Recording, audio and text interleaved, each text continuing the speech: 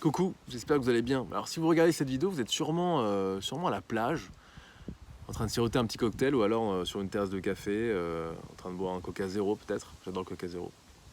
Ou alors, je sais pas, dans vos bureaux, dans votre entreprise, vous êtes en train de préparer peut-être la rentrée, parce qu'il y a que ça à faire, on est en plein mois d'août, et on est dans une période qui s'appelle communément une période creuse. Donc une période creuse, c'est une période où il ne se passe pas grand-chose, où on ne vend pas grand-chose malheureusement, et certaines entreprises décident même de devancer un petit peu la nature des choses en fermant pendant tout le mois d'août par exemple. Actuellement nous sommes en été, mais une période peut être creuse aussi en fonction de l'activité de l'entreprise. C'est-à-dire une entreprise qui va vendre des maillots de bain, elle va connaître une période creuse pendant l'hiver, ce qui est plutôt logique.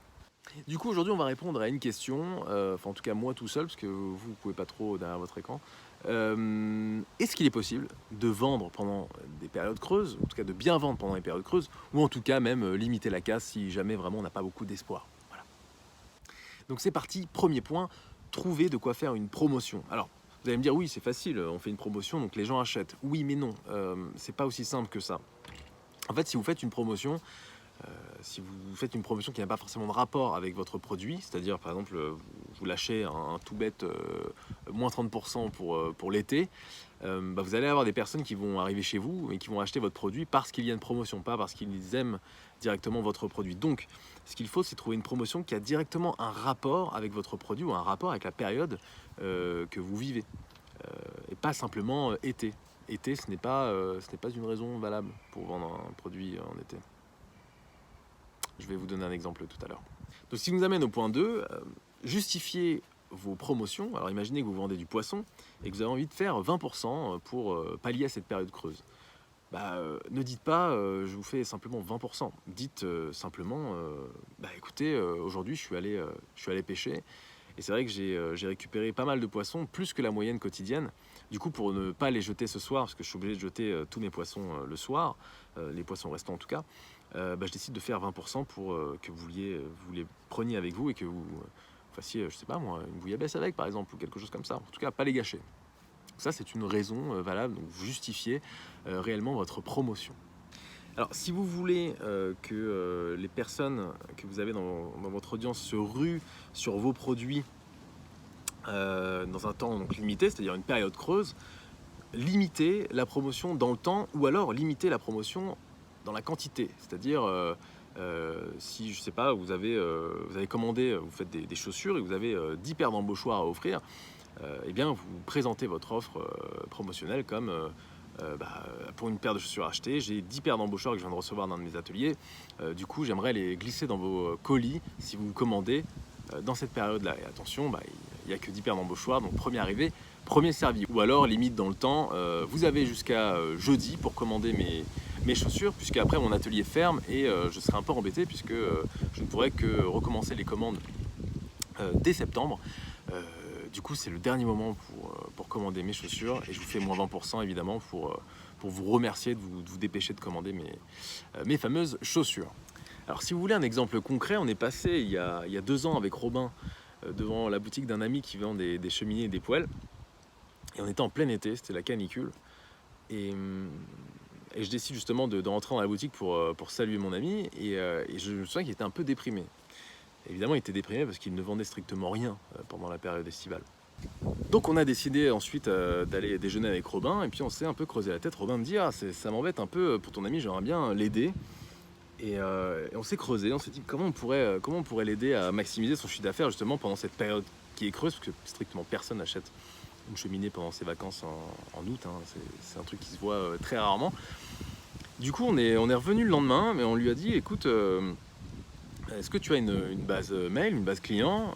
Il dit oui, on a une base client d'à peu près, une base mail d'à peu près 1000 personnes avec quelques clients dedans. Du coup, on a pris cette base et on a envoyé simplement quelques mails qui disaient voilà, on est en plein mois d'août, je sais que c'est pas la meilleure période pour penser à l'achat d'une cheminée ou autre, mais de notre côté, nos poseurs de cheminée ont beaucoup de temps libre. Et du coup, lorsque la période chaude, lorsque les premiers froids arrivent, nos poseurs sont vraiment bookés. Et du coup, on a un peu de mal à satisfaire la demande de chaque client. Donc, il y a à peu près 2 mois d'attente.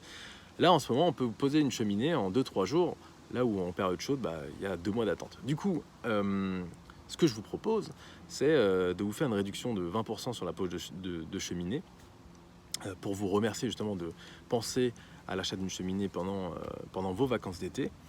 Et vous bénéficierez aussi d'une pause express par nos poseurs, qui n'ont strictement rien à faire pendant l'été, du coup, qui ne partent pas en vacances. Et du coup là, la promotion est limitée par la quantité et pas par le temps, en leur disant simplement qu'il y a une capacité de 20 pauses de cheminée ou de poêle pendant l'été par les poseurs, pas une de plus. Du coup, premier arrivé, premier servi. Et ça n'a pas manqué, hein, évidemment. Quelques clients sont arrivés pendant le mois d'août et les 20 cheminées ont été vendus, évidemment, alors que habituellement, mon ami vend quasiment rien.